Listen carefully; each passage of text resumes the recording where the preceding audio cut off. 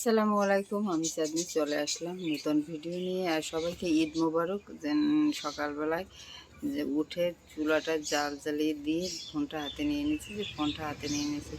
তাই চলো আজকে কী কী সকালে রান্না করতেছি তোমাদের সাথে একটু শেয়ার করে দিই যে কী রান্না করতেছি, রান্নার মেনুটা।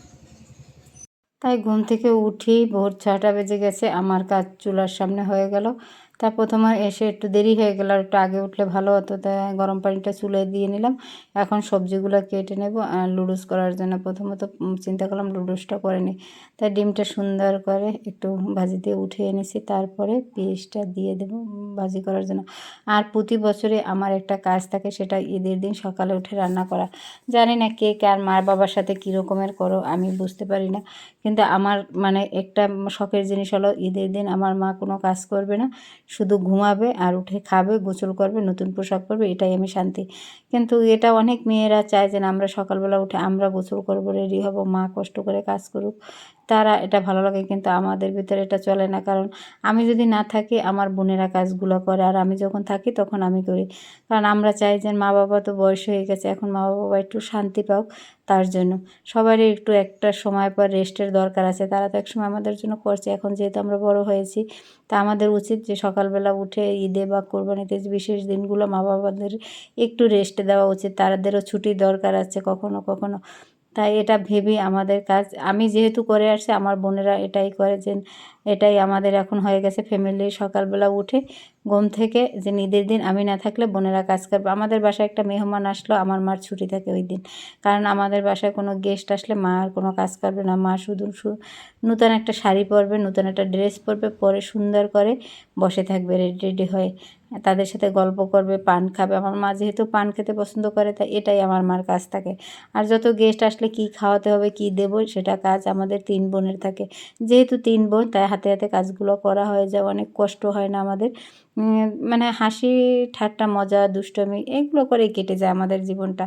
তাই তোমরা কে কী করছো ঈদের দিন মা বাবার সাথে একটু জানাবে আমাদেরকে, যে কী কী করছো কমেন্ট করে।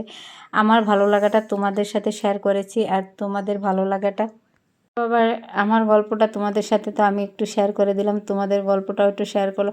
আমার বোন পাশে বসে হাসছে, যে আমাদের ভিতরে একটু খুনসুটি হয়, ঝগড়াঝাটি এটাও হয়, বাট আমি বেশি করি। আমাকে যেহেতু আমার রাগটা একটু বেশি, তার জন্য একটু আমি বেশি করি। তারপর আমার ছোটো বোনটা আছে, আমার চেয়ে 1 ডিগ্রি বেশি ঝগড়ায়, কারণ হচ্ছে সে রাগ আরও বেশি।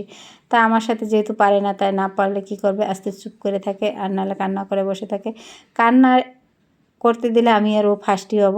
মেজোটা কিছুই করে না, কারণ মেজোটা সবসময় চুপচাপ থাকে, কারণ আমার মেজো বোনটা অনেক শান্ত এবং খুবই চুপচাপ থাকে।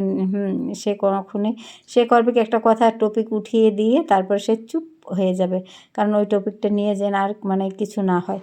তাই চলো কথাগুলো বলতে বলতে আমার জীবনের গল্পটা তোমাদের সাথে শেয়ার করতে করতে আমার রান্না করা শেষ হয়ে গেল। দেখো আজকে লুডুসটা অনেক সুন্দর করে রান্না করছে, আর বাবা খেয়ে বলল খুব ভালো হয়েছে, কারণ আমার বাবার রান্নার টেস্টটা খুব ভালো বোঝে। তাই আর এই হলো সেমাই। না, কারণ সবাই লাচ্চা সেমাইটা রান্না করে, অনেকে ওই সেমাইটা কী বলে, গুলশান নাকি, ওটা রান্না করে। তা আমার ছোটো বোনটা লাচ্চার সেমাইটা খায় না, একদমই তার পছন্দ না, সে এই সেমাইটা খাবে। তার জন্য সব সময় চেষ্টা করি পছন্দের খাবারগুলো রান্না করতে, বোনের, ভাইয়ের এবং 2 বোনই। শেষ করে চলে আসছি ঘরে অনেকক্ষণ আগে, তাই একটু কাজ করতেছিলাম, সুকেশটা গোছাতেছিলাম।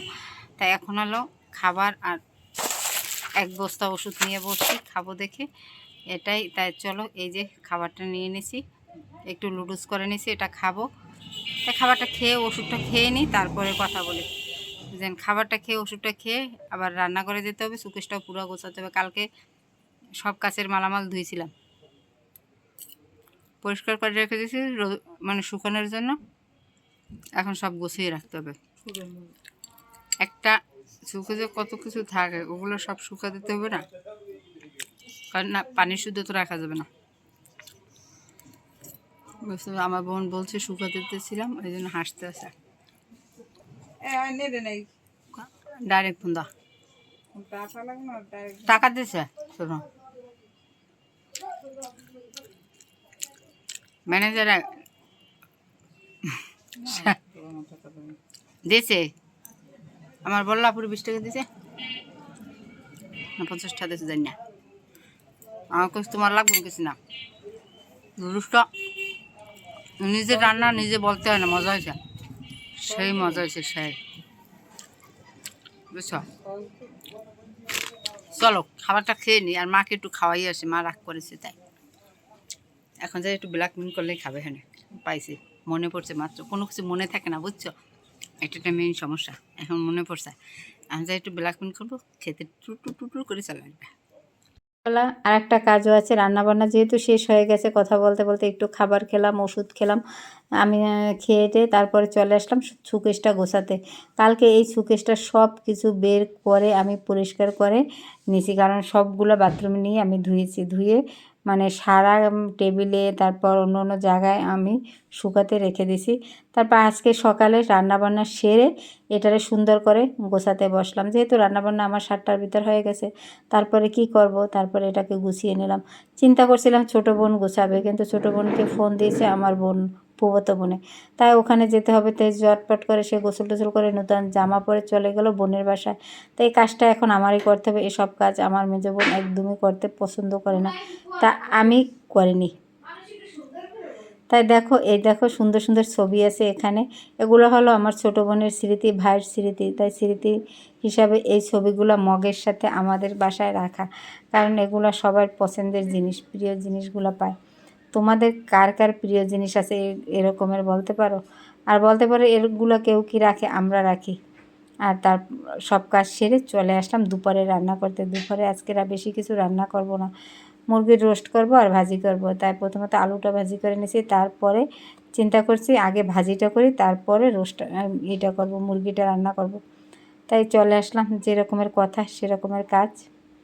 চলে আসলাম ভাজি করার জন্য, ভাজিটা বসিয়ে দিলাম। প্রথমত এটাকে সাদা ভাজি করব, একদমই হলুদ দেবো না, কারণ হলুদের ভাজিটা পোলাওর সাথে আমাদের বাসায় কেউই পছন্দ করে না।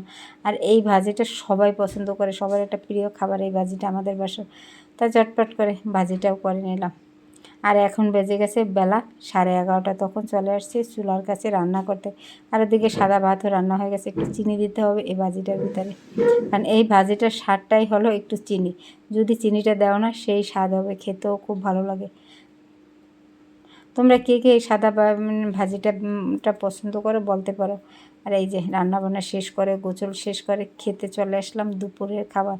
এই হলো সালাদ করে নিয়েছি, তারপরে আমার খাবারটা বেড়ে নিয়েছি মুরগির মাংস। আজকে কোনো গরু টরু রান্না করা হয় না বাসায়, তাই মুরগির মাংসটা রান্না করে চলো খাওয়া দাওয়া করে একটু রেস্টে চলে যাই, একটু রেস্টের দরকার। ভিডিও করতে পারিনি, কারণ হলো দুপুরে রান্নাবান্না করে খাওয়া দাওয়া করার পর একটু রেস্টে গেলাম, যে বিকেলে ঘুরতে যাব। ঘুরতে আর যাওয়া হয় নাই, কারণ খালামণি অসুস্থ হয়ে পড়ছে। তাই খালামণিকে দেখতে নিয়ে ওই জায়গায় কাটিয়ে দিলাম রাত্র। এখন বাজে 11টা, তখন আসলাম ওই জায়গা থেকে। চিন্তা করছি ভিডিওটা শেষ করে ঘুমাই। তাই চলো যতটুকু পারছি অতটুকু ভিডিও করছি, তোমাদের সাথে শেয়ার করে দিলাম। তা আজকের ভিডিওটা তোমাদের কেমন লাগছে একটু জানাবে। আর আমার মতন এরকমের ব্যস্ততার মাঝে ছোট ছোট ভিডিও কী করো সেটাও কমেন্ট করে জানাবে। এত ব্যস্ত থাকে, তার মাঝে একটু চেষ্টা করি ছোট ছোট 2-1টা ভিডিও করতে। বড় ভিডিও তো করতে পারি না, তার জন্য ছোট ছোট একটু ভিডিও করতে চেষ্টা করি। এখন চলে আসছি ঘুমানোর জন্য, বেডে চলে আসছি। ভিডিওটা এডিটিং করে রেখে ঘুমাবো। আর আজকে ভিডিও দিতে পারিনি, কারণ আমার কালকে ঘুমাতে ঘুমাতে 4টা বেজে গেছে কাজ করতে করতে। আর 4টার সময় যেয়ে আর ভিডিও এডিটিং করা হয়নি, তার জন্য ভিডিওটা তোমাদেরকে দেবো অনেক সময়, যেহেতু ভিডিওটা করা আছে। তো সবাই ভালো থাকো, আল্লাহ হাফেজ, গুড নাইট। কথা বলতে পারতেছি না, হাঁপাই গেছি কাজ করতে করতে। তা চলো, আল্লাহ হাফেজ।